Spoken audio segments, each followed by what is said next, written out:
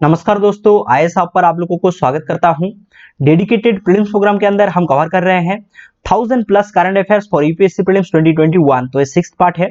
अगर आप लोगों को लेक्चर का पीडीएफ चाहिए तो आप लोग हमारे साथ टेलीग्राम चैनल पर जुड़ सकते हैं। Otherwise IAS planning app install कीजिए। तो चलिए शुरुआत करते हैं। फर्स्ट क्वेश्चन आप लोगों के सामने है, the state of climate services 2020 was published by. तो यहाँ पर पूछा गया है state of climate services 2020 report कौन सा ऑर्गेनाइजेशन के द्वारा पब्लिश किया जाता है। तो ये पब्लिश किया जाता है वर्ल्ड मेटीरोलॉजिकल ऑर्गेनाइजेशन के द्वारा। तो इस रिपोर्ट के तहत कहा गया है दुनिया को एक्सट्रीम वेदर इवेंट से निपटने के लिए अर्ली वार्निंग सिस्टम के ऊपर इन्वेस्ट करना चाहिए।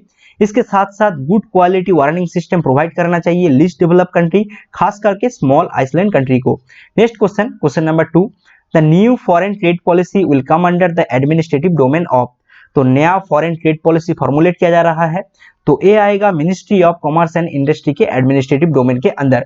देखिए, हर 5 साल में एक नया फॉरेन ट्रेड पॉलिसी फॉर्मुलेट किया जाता है। From April 2021 a new foreign trade policy is to be announced. Next question, question number 3, तो यहाँ पर पूछा गया है प्रधानमंत्री फसल बीमा योजना के बारे में कौन सा स्टेटमेंट सही है।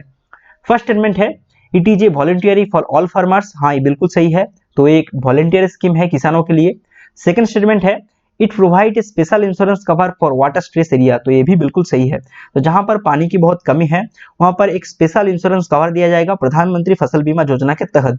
टोटल 151 स्टेट को यहाँ पर चुना गया है, तो ऑप्शन सी हो जाएगा यहाँ पर सही, बोथ 1 and 2।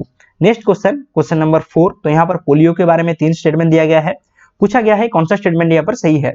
फर्स्ट स्टेटमेंट है polio is transmitted through contaminated water और फूड और contact with an infected person. Second statement है people who are infected with the polio virus sometimes don't develop any symptoms. Third statement है polio affect the central nervous system resulting in muscle weakness and flaccid paralysis. देखिए, poliomyelitis को short में कहा जाता है polio.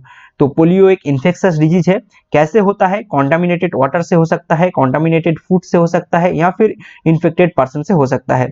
तो polio virus basically effect करता है सेंट्रल नर्वस सिस्टम को। इससे क्या हो सकता है? इससे मसल वीकनेस हो सकता है, फ्लैसिड पैरालिसिस हो सकता है। तो यहाँ पर जो पैरालिसिस भी हो सकता है, तो पैरालिसिस यहाँ पर फेटल भी हो सकता है। ठीक है, तो यहाँ पर तीनों के तीनों स्टेटमेंट सही है। ऑप्शन डी हो जाएगा यहाँ पर सही answer 1, 2 and 3। Next question, question number 5, तो यहाँ पर एक मैचिंग दिया गया है। पूछा गया है कौन सा यहाँ पर सही से मैच कर रहा है। देखिए, पोंगल के साथ तमिलनाडु, तो ये बिल्कुल सही है। पोंगल सेलिब्रेट किया जाता है तमिलनाडु पर।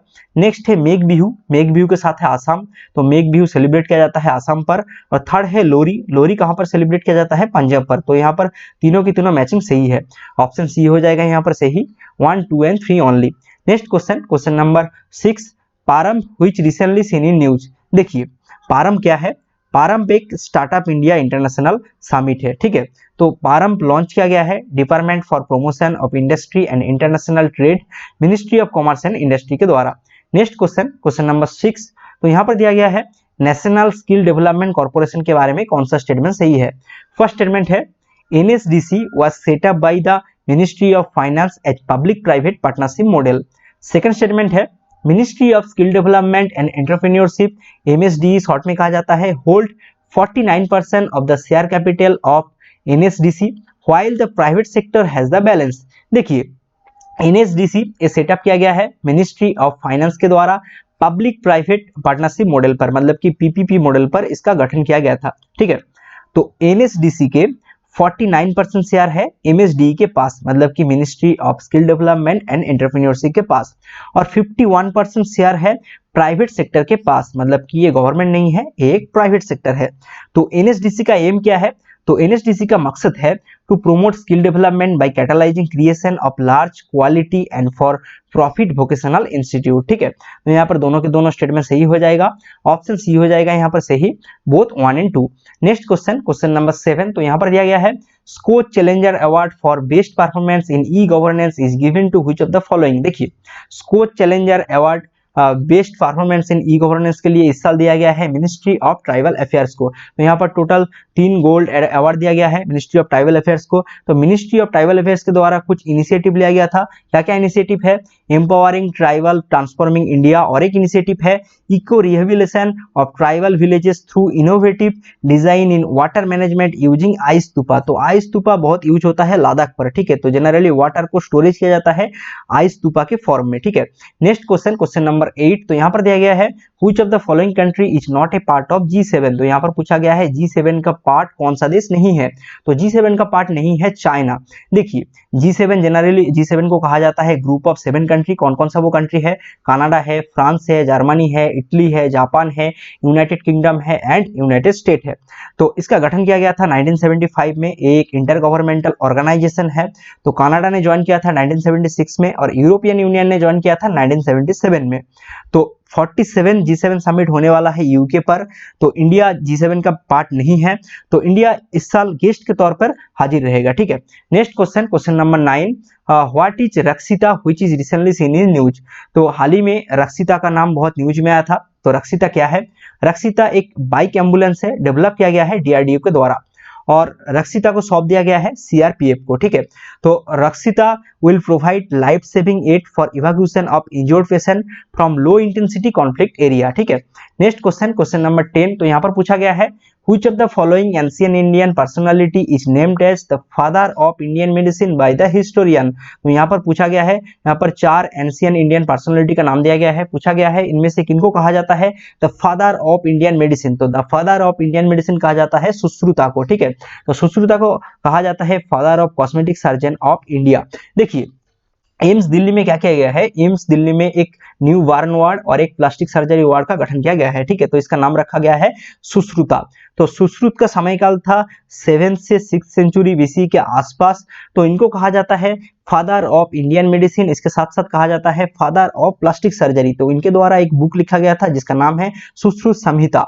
Next question, question number 11, Hunar Haat is an initiative of which of the following organisation to generate employment for mastercraft people. तो हुनर हाट एक इनिशिएटिव है मिनिस्ट्री ऑफ माइनॉरिटी अफेयर्स का। ठीक है, तो इस साल कंडक्ट किया जाएगा लखनऊ पर। तो ministry of minority affairs organises Hunar Haat to provide employment for craftsman, artisan and culinary expert. ठीक है, नेक्स्ट क्वेश्चन, क्वेश्चन नंबर 12 और लास्ट क्वेश्चन है। तो यहाँ पर मैचिंग दिया गया है, तो पूछा गया है कौन सा मैचिंग यहाँ पर सही है। फर्स्ट मैचिंग है इंस्पायर के साथ दिया गया है ministry of science and technology. Next matching है रूसा के साथ है मिनिस्ट्री ऑफ एजुकेशन। थर्ड है यूविका के साथ दिया गया है ministry of women and child development. देखिए इंस्पायर का फुल फॉर्म क्या है, इंस्पायर का फुल फॉर्म है innovation in science pursuit for inspire research. तो ये एक DST का एक इनिशिएटिव है। तो साइंस फील्ड में जो यंग है, यंग को अट्रैक्ट करने के लिए यहाँ पर स्कॉलरशिप दिया जाता है इंस्पायर स्कीम के तहत। तो फर्स्ट जो मैचिंग है बिल्कुल सही है। नेक्स्ट है रूसा। तो रूसा का फुल फॉर्म क्या है, राष्ट्रीय उच्चतर शिक्षा अभियान। एक सेंट्रल सेक्टर स्कीम है और ये लॉन्च किया गया था 2013 में। एम क्या है, तो हायर एजुकेशनल इंस्टीट्यूट को फंडिंग दिया जाता है। नेक्स्ट है यूविका क्या है, इसरो का एक इनिशिएटिव है। तो यूविका के तहत यंग साइंटिस्ट प्रोग्राम है। तो स्पेशली जो स्पेस साइंस है और जो स्पेस टेक्नोलॉजी की तरफ यंग को अट्रैक्ट करने के लिए एक स्कॉलरशिप दिया जाता है। तो यहाँ पर टोटल 3 स्टूडेंट को चुना जाता है जो 9th स्टैंडर्ड में पढ़ते हैं ऐसा स्टूडेंट। तो यूनियन टेरिटरी और जो इंडियन स्टेट है, इंडियन स्टेट से चुना जाता है। ठीक है, तो देखिए फर्स्ट जो मैचिंग है, फर्स्ट 2 जो मैचिंग है बिल्कुल सही है। इंस्पायर के साथ ministry of science and technology बिल्कुल सही है। नेक्स्ट है रूसा के साथ मिनिस्ट्री ऑफ एजुकेशन, ये भी सही है। बट यूविका के साथ ministry of women and child development सही नहीं है, इसके साथ इसरो होगा। ठीक है, तो यहाँ पर जो थर्ड है गलत हो जाता है, इसलिए ऑप्शन ए हो जाएगा यहाँ पर सही, 1 and 2 ओनली। तो ये है end of this video. Please stay tuned with us and subscribe to our YouTube channel.